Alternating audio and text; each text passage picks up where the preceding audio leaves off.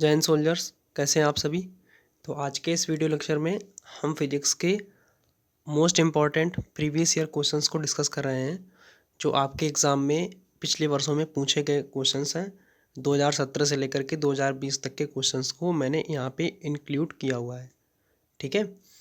हो सकता है थोड़े से ऑप्शन मिसमैच हों, बट क्वेश्चंस उसी तरीके से पूछा गया है जिस तरीके से मैंने यहाँ पे नोट डाउन कर रखा है। तो बिना किसी देरी के मैं स्टार्ट करता हूँ। ठीक है। तो और आप लोग आज के इस वीडियो लेक्चर में मैंने 10 क्वेश्चंस यानी 31 से लेकर के 40 तक इंक्लूड किया हुआ है। आप लोग अपना कमेंट करेंगे कि कितने क्वेश्चंस आपके सही आए हैं। ठीक है, या कितने क्वेश्चंस आपने राइट किए हुए हैं। ठीक है, तो स्टार्ट करते हैं। ठीक है, ये क्वेश्चन देख लीजिए। अभी आपके जो आपका 2020 का एग्ज़ाम हुआ है, तो उसमें ये क्वेश्चन सेम इसी तरीके से पूछा गया था। इक्वेशंस दी गई थी कि इस तरीके से कि निम्नलिखित में से कौन रुद्धोष्म प्रक्रम का समीकरण नहीं है। ठीक है, 4 ऑप्शन दिए हुए थे, तो आप बताइए इनमें से कौन सा राइट आंसर है। ठीक है, एडियाबैटिक जो प्रोसेस होता है, तो इनमें से जो समीकरण दिए गए हैं आपको 3 नीचे, कौन सा राइट है, कौन सा रॉन्ग है, या इनमें से सभी सही। बताइए कौन सा राइट है। 2020 में क्वेश्चन जो आपका इधर नवंबर महीने में हुआ था, बताइए इसका राइट ऑप्शन कौन सा होगा। पीवी की पावर गामा बराबर कांस्टेंट। ठीक है, तो ये तीनों ऑप्शन दिए हुए हैं, बताइए कौन सा इसका राइट है। ऑप्शन ए को ज़रा देखिए। ऑप्शन ए को ध्यान से अगर आप देखेंगे तो इसे बोलते हैं पायसन का नियम। पीवी की पावर गामा बराबर कांस्टेंट, इसको हम पायसन का नियम भी कहते हैं, याद रखिएगा। ठीक है, तो एडियाबैटिक प्रोसेस जो होता है यानी रुद्धोष्म प्रक्रम का समीकरण होता है, वो पीवी की पावर गामा बराबर कांस्टेंट, टीवी की पावर गामा -1 बराबर कांस्टेंट, और पी की पावर 1 माइनस गामा, और टी की पावर गामा बराबर कांस्टेंट, अर्थात तीनों इक्वेशंस को फॉलो करता है। तो इसका जो राइट आंसर हो जाएगा क्या होगा, ऑप्शन टी, ऑल करेक्ट। ठीक है, समझ में आ गया। आगे बढ़ते हैं। सेकंड नंबर क्वेश्चन देख लीजिए। Second number question most important, one of the most important question, और ये क्वेश्चन मेरे शिफ्ट में पूछा गया था क्वेश्चन। ठीक है, मेरे शिफ्ट में आया वो क्वेश्चन है। आप लोग बताइए, कार्नोट इंजन के जितने भी क्वेश्चन हैं मेरी पीडीएफ में लिखे हुए हैं। 5 से लेकर के 6 या 7 सवाल मैंने वहाँ पे लिख रखे हैं। प्लीज़ आप लोगों से रिक्वेस्ट है, कार्नोट इंजन के सवाल को स्किप मत करिएगा। ईजिली आपको 1 नंबर दे के जाएगा। ठीक है, और एक क्वेश्चन आएगा कार्नोट इंजन से। किसी न किसी शिफ्ट में, किसी न किसी डेट में आपके एग्ज़ाम में कार्नोट इंजन का क्वेश्चंस आएगा ही आएगा। ठीक है, क्वेश्चन पढ़िए 32 नंबर को देखिए। यदि ऊष्मा इंजन के लिए स्रोत व सिंक का ताप क्रमशः 400 के व 300 के है, तो इसकी दक्षता ज्ञात कीजिए। ठीक है, इफ़िशियंसी ज्ञात करना है। ठीक है, सिंक का ताप दिया गया है आपका, और इंजन का टेम्परेचर दिया गया है। Engine temperature and sink temperature, engine temperature 400 के एंड सिंक टेम्परेचर 300 के, देन फाइंड इट्स इफ़िशियंसी। ठीक है, तो इसकी दक्षता ज्ञात करना है आपको। बताइए इसका राइट आंसर क्या होगा, सॉल्व कीजिए आप।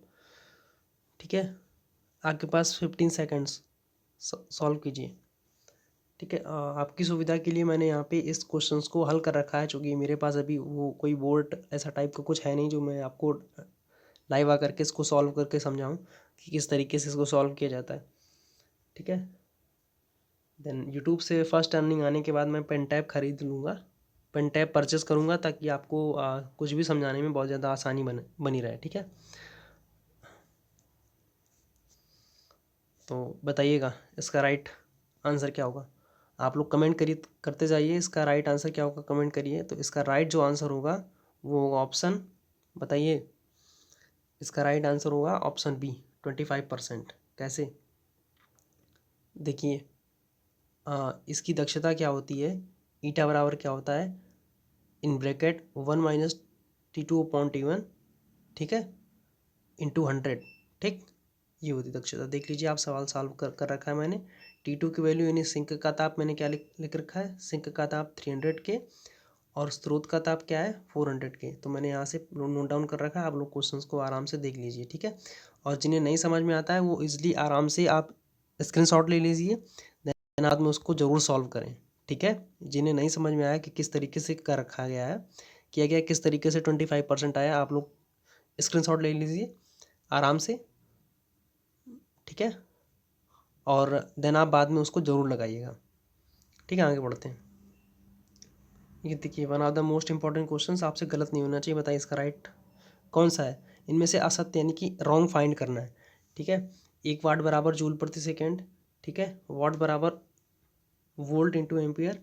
ओम बराबर क्या होता है, 1 वोल्ट बटे एम्पियर।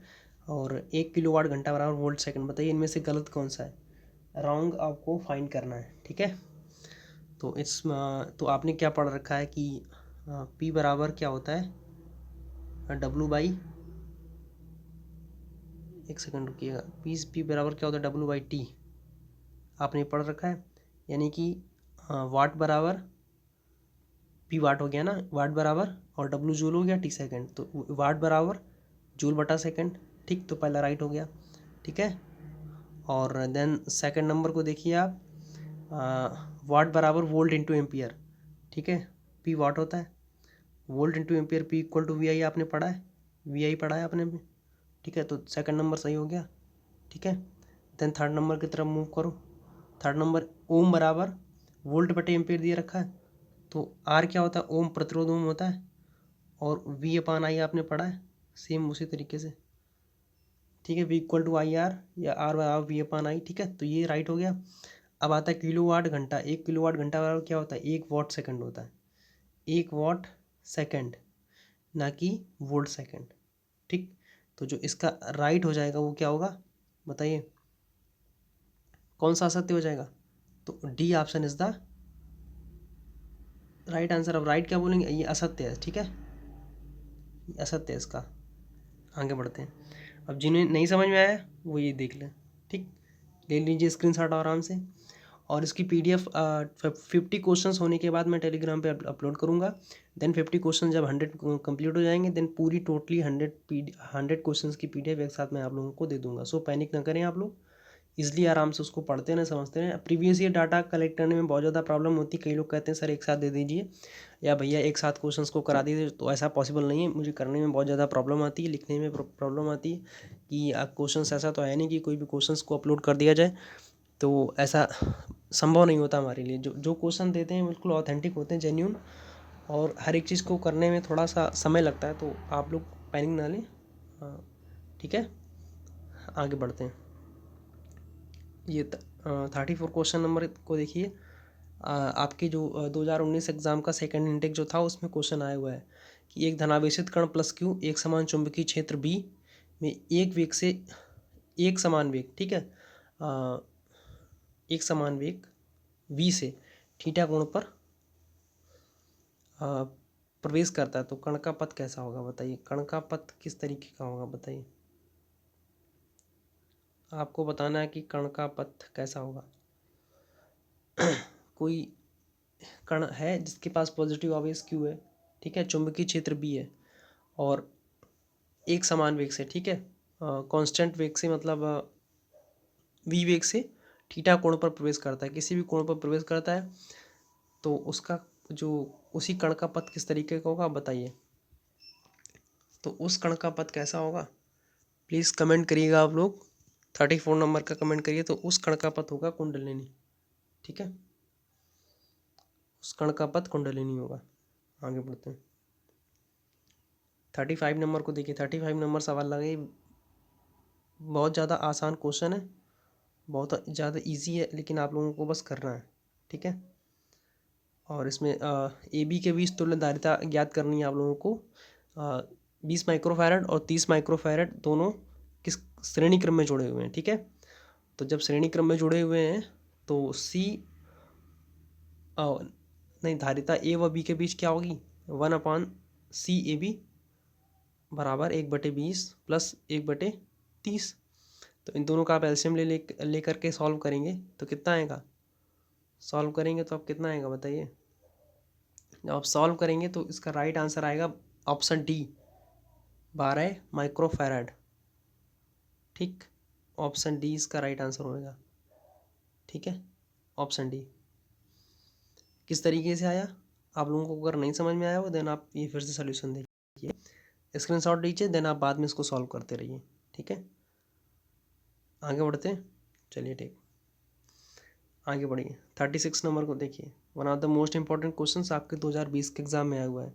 आप लोग कहते हैं कि 43 नंबर की कट आपका, ये देख लीजिए लेवल आप क्वेश्चन अभी तक जितने भी मैंने क्वेश्चन देखे हैं 2020 के, अब बहुत ही ज़्यादा सरल क्वेश्चन आए हुए हैं कि कोई भी ईजिली जिसने आराम से प्रिपरेशन कर रखी है तो उसने मतलब एग्ज़ाम क्वालिफाई किया, या जिन्होंने नहीं भी क्वालिफाई किया वो बॉर्डर पे रह गए, तो वो हताश ना हो, इस बार फोड़ के आएंगे। ठीक है, और एग्ज़ाम साइकिल के चक्र के अनुसार पे आपका इस बार भी क्वेश्चन पेपर इजी बनेगा। ठीक है, बताइए, mod of A vector plus B vector बराबर mod of A vector minus B vector हो तो क्या होता है। चार ऑप्शन दिए हुए, ए पैरेलल बी के, ए नहीं ए पैरेलल बी हो गया, और ए परपेंडिकुलर बी, या ए बराबर बी, या नन, कोई नहीं। बताइए, choose one of the correct answer, इसमें से बताइए जल्दी से कमेंट करिएगा। 36 नंबर का राइट आंसर बताइए। तो जब आप इसके सॉल्व करेंगे, आई होप आप समझ रहे होंगे, तो इधर से ए स्क्वायर कट जाएगा, बी स्क्वायर कटेगा, तो 4ab 2ab प्लस को 2ab इस तरफ लेफ्ट हैंड में बचेगा, और माइनस को 2ab राइट हैंड में बचेगा। ठीक है, तो 4ab बराबर 0 हो जाएगा, तो ए वेक्टर डॉट बी वेक्टर बराबर 0। तो इसका मतलब क्या हो गया कि ए वेक्टर परपेंडिकुलर है किसके, बी वेक्टर के। ठीक है, तो option B is the right answer. किसके समझ में आया और किसके नहीं समझ में आया वो सब बात की बात है। आप अगर नहीं समझ में आया तो कोई नहीं, आप इसको सॉल्यूशन देख लीजिए। ठीक है, सॉल्यूशन मैंने लिख रखा है, अदरवाइज़ आप क्वेश्चंस को बाद में रिपीट मोड पर लगा के देख सकते हैं। ठीक है, और कुछ लोग बोल रहे थे कि 29 नंबर क्वेश्चन आपने रॉन्ग कर दिया, उसमें दोनों ऑप्शन ही करेक्ट हैं। तो मैंने जिसने भेजा था मैंने उससे डिस्कस कर रखा कि उसने बोला भैया दोनों ऑप्शन ही सेम इसी तरीके से आए हुए थे, उसने क्वेश्चन नोट डाउन कर रखा था वो बोल रहा था मैं क्या करूं, इसी तरीके से क्वेश्चन था। तो बेशक शायद ओमेगा एक्सेल बराबर कुछ था उसमें, मुझे इस समय याद नहीं आ रहा। तो आप थोड़ा सा कंप्रोमाइज़ कर लें, देख लें उस क्वेश्चन को क्या उसमें प्रॉब्लम आ रही थी। ठीक, बट था क्वेश्चन सेम ही। ठीक है, आगे बढ़ते हैं। Next 37 number question, one of the most important question. बताइए किस तरीके से करेंगे आप इसे। इस क्वेश्चन को गलत नहीं करना है। ठीक है, आप क्वेश्चन लेवल आप क्वेश्चन देख लीजिए, क्या क्वेश्चन का लेवल है और कितनी जल्दी आप सॉल्व कर सकते हैं। इसका राइट आंसर क्या होगा। आपकी आईएएफ एग्ज़ाम फर्स्ट इनटेक 2019 और हमारी शिफ्ट में आया हुआ क्वेश्चन, ये क्वेश्चन मैंने खुद कर रखा है। बताइए, ये क्वेश्चन आया हुआ था, one of the most important question. इस तरीके के क्वेश्चन आपके एग्जाम में रिपीट होने वाले हैं। बताइए, एक प्रत्यावर्ती धारा का समीकरण दे दिया, v बराबर 200 √2 साइन 450 पाई टी वोल्ट है। ठीक है, ये इक्वेशन दे रखी है। तो प्रत्यावर्ती धारा का वर्ग माध्य मूल्य, ठीक है, वर्ग माध्य मूल्य मान ज्ञात करना है।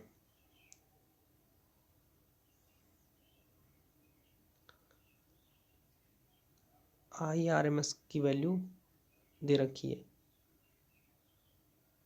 ठीक, हाँ IRMS की वैल्यू दे रखी है, नहीं IRMS की वैल्यू फाइंड करनी है आपको।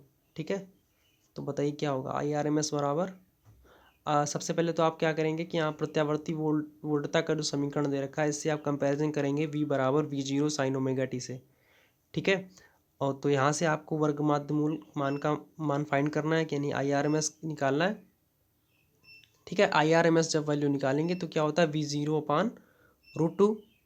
IRMS बराबर आपने पढ़ा V0/√2, तो V0 की वैल्यू यहाँ पे क्या दे रखी है, 200√2/√2। तो 200 √2 से √2 कट जाएगा, तो कितना बचेगा, 200 वोल्ट। ठीक है, यहाँ पे शायद मैंने थोड़ा सा मिसप्रिंट लिख रखा है, मुझे ऐसा लग रहा है, क्योंकि देखिए यहाँ पे मैंने VRMS लिख दिया।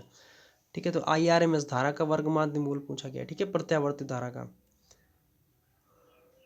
IRMS होता है या VRMS, थोड़ा मुझे कन्फर्मेशन नहीं है, आप कन्फर्म करिएगा। तो V0/√2 तो ये तो होता ही होता है, तो 200 से √2 से √2 कट गया, तो 200 वोल्ट आ रहा है इसका आंसर। ठीक है, आप कंफर्म कर लीजिएगा, तो इसका राइट आंसर 200 वोल्ट है। ठीक है, आगे बढ़ते हैं। सेम इसी तरीके से एक क्वेश्चन पे दो क्वेश्चन पूछे गए थे कि उपरोक्त क्वेश्चन में अभी इसमें वर्ग माध्य मूल मान पूछ लिया गया, देन उसके बाद आवृत्ति पूछी गई थी, फ्रीक्वेंसी। ठीक है, फ्रीक्वेंसी बताइएगा कि आवृत्ति की गणना करना है, ठीक है। आवृत्ति किस तरीके से गणना करेंगे आप, तो आपको पता है कि आवर्ती एन मतलब प्रोपोर्शनल टू व्युत्क्रमानुपाती होता है, यानी कि एन बराबर अगर आप मान लीजिए कि 1/t होता है तो 1/t, तो टी बराबर 2 पाई/ओमेगा, ओमेगा ऊपर चला जाएगा तो एन बराबर ओमेगा/2 पाई, ठीक है। और वी बराबर V0 साइन ओमेगा टी से कंपेरिजन करेंगे तो ओमेगा की वैल्यू यहाँ पर क्या आएगी 450 पाई, ठीक है, 450 पाई। और आवृत्ति एन बराबर आपने क्या पढ़ा रखा अभी ओमेगा/2 पाई, तो 450 पाई/2 पाई, इनसे पाई से पाई कट जाएगा, 450/2 से जब कट करेंगे तो कितना आएगा 225 हर्ट्स, यानी 225 हर्ट्स इसका आंसर आएगा। देखिए मैंने यहाँ पे ठीक है, बी ऑप्शन इसका राइट आंसर है। कितने लोगों ने इन दोनों क्वेश्चंस 37 और 38 नंबर क्वेश्चंस को सॉल्व कर लिया, कमेंट करिए, मुझे देखना है आप लोगों के कमेंट कितने लोगों ने सॉल्व कर रखा है, ठीक है, बहुत अच्छे। आगे बढ़ते हैं, ठीक है। मैंने सोल्यूशन कर रखा है, आप लोगों को नहीं समझ में आता देन आप उसको देखिएगा, ठीक है। स्क्रीनशॉट जिन्हें लेना वो ले सकते हैं। आगे बढ़ते हैं, बताइए चुंबकीय flux one of the most important question. ये चुंबकीय फ्लक्स की विमा आपके हर बार जितने बार भी पेपर होता है किसी न किसी शिफ्ट में आते जरूर है, देन आप इसे अच्छे से याद करिएगा, मगअप करिएगा चुंबकीय फ्लक्स की विमा क्या आती है, ठीक है। 5e की विमा आपसे पूछेगी, ये 5e की वैल्यू नहीं, 5e बराबर क्या होता है B/A, ठीक है। और यहाँ से जब B की विमा आप निकालेंगे तो चूंकि आपने पढ़ रखा है F बराबर IBL, तो B बराबर क्या हो जाएगा F/IL। तो यहाँ से आप पहले B की विमा निकालें, फिर उसके बाद A, ठीक है, देन 5e की विमा निकलेगी। आई होप समझ रहे होंगे। चलिए कोई ना, आप कमेंट करिए कौन सा इसका राइट आंसर है, बताइए option A, option B, option C या ऑप्शन डी।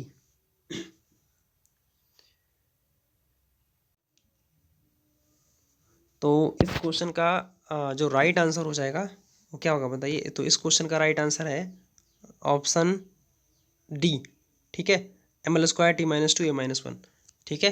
किस तरीके से, जिन नहीं समझ में आया वो देख लीजिए, ये लिख रखा है मैंने, ठीक है। चुंबकीय फ्लक्स की विमा किस तरीके से निकाली जाती है आप लोग देख लीजिए ध्यान से, ठीक है। स्क्रीनशॉट ले लीजिए, बस इजीली आप समझ में आ जाएगा, ठीक है। और याद रखिए यहाँ से कि 5e जो चुंबकीय फ्लक्स होता है वो अदिश राशि होती है, और जबकि चुंबकीय फ्लक्स घनत्व तो आपकी सदिश राशि होती है। ध्यान से फिर से सुनिए, चुंबकीय फ्लक्स आपकी अदिश राशि होती है और चुंबकीय फ्लक्स घनत्व तो आपकी सदिश राशि होती है। और CGS पद्धति में आपके 5e का मात्रक मैक्सवेल होता है, ये आपके एग्जाम में एक बार पूछा जा चुका है, ठीक है। आगे बढ़ते हैं। आपका आज का लास्ट क्वेश्चन ये है कि किसी ट्रांसफार्मर में क्या संभव नहीं है, बताइए। भंवर धाराएं, प्रत्यावर्ती धारा, दिष्ट धारा, प्रेरक धारा। तो कोई भी ट्रांसफार्मर होता है, ये आपके शायद 2020 में पूछा हुआ क्वेश्चन है। एक कैंडिडेट ने मुझे भेजा था कि सर ये क्वेश्चन आया हुआ था, मुझे विश्वास नहीं हुआ कि इस तरीके का क्वेश्चन आया हुआ, लेकिन फिर भी मैंने इंक्लूड कर रखा है। आप बताइए कि किसी ट्रांसफार्मर में क्या संभव नहीं है। भंवर धाराएं, प्रत्यावर्ती धारा, दिष्ट धारा, प्रेरक धारा, बताइए। तो इन ट्रांसफार्मर में आपको दिष्ट धारा के अलावा सब कुछ मिल जाएगा, दिष्ट धारा नहीं होती है, ठीक। आई होप सभी ने आंसर दे दिया होगा, ठीक है। और आज का था ये टेस्ट हमारा। बताइए कि ये 10 क्वेश्चंस में आपके कितने सही हुए कितने रॉन्ग। अपनी मन की बात ज़रूर आप कमेंट सेक्शन में लिखें। देन आपको कल वीडियो मिल जाएगी आज शाम 5 बजे के आसपास। मैं टेलीग्राम पे आप लोगों को बता दूंगा, वो कैब का लाइव टेस्ट होगा। अधिक से अधिक संख्या में आप लोग वहाँ पर आएँ, ठीक है, और अपने भाई का सपोर्ट करें, ठीक है, ध्यान रखिएगा। आगे बढ़ते हैं। आपको जो भी कमेंट में लिखना आप आराम से लिखिए, मुझे कोई से वो नहीं, मैं देखता हूँ आप लोगों की कमेंट, आप लोग क्या कमेंट करते हैं, ठीक है। पॉजिटिव अगर वाइब्स आपके अंदर से आती हैं आप पॉजिटिव लिखिए, नेगेटिव जो भी आपको लिखना है वो लिखिएगा, ठीक है, कोई वो नहीं। और कुछ लोग बोल रहे थे कि टेलीग्राम चैनल में किस तरीके से विजिट करें, किस तरीके से ऐड हों। तो आप सिंपली टेलीग्राम चैनल पर जाएँ, वहाँ पर एयरफोर्स फिजिक्स बिना किसी स्पेस के अंडरस्कोर लगाएं, देन एक के अंदर आप लिखेंगे इस तरीके से सेम टू सेम। जब आप इस तरीके से वहाँ नोट डाउन करेंगे, ठीक है, इस तरीके से नोट डाउन करेंगे तो आपको ये मेरा चैनल लोगो ये मिलेगा, ठीक है। आई होप आप देख रहे होंगे ध्यान से। 807 मेम्बर्स वहाँ पे जुड़ चुके हैं, ठीक है, विद इन 1.5 महीने के अंदर, ठीक है। इतना ज़्यादा मटेरियल मैंने वहाँ पे डाल रखा है, अदरवाइज़ आपको किसी भी कोचिंग इंस्टीट्यूट में नहीं मिलने वाला इतनी आसानी से, ठीक है। देन आप वहाँ से जुड़ सकते हैं मुझसे, ठीक है। और मयंक सर को आप तो जानते ही होंगे, मयंक सर को जेम इंस्टीट्यूट मयंक सर, अब वो अभी इस चैनल के मेंबर बन चुके हैं, एडमिन है वो भी हैं, ठीक है। तो मैं आप लोगों को ये बता रहा हूँ। आई होप आज की वीडियो आप लोगों को बहुत ज़्यादा पसंद आई होगी, ठीक है। तो जिन्हें पसंद आई वो लाइक करें, शेयर करें, सब्सक्राइब करना भी ना भूलें और अपना कमेंट जरूर दें, स्कोरिंग जरूर बता देना, ठीक है। धन्यवाद साथियों।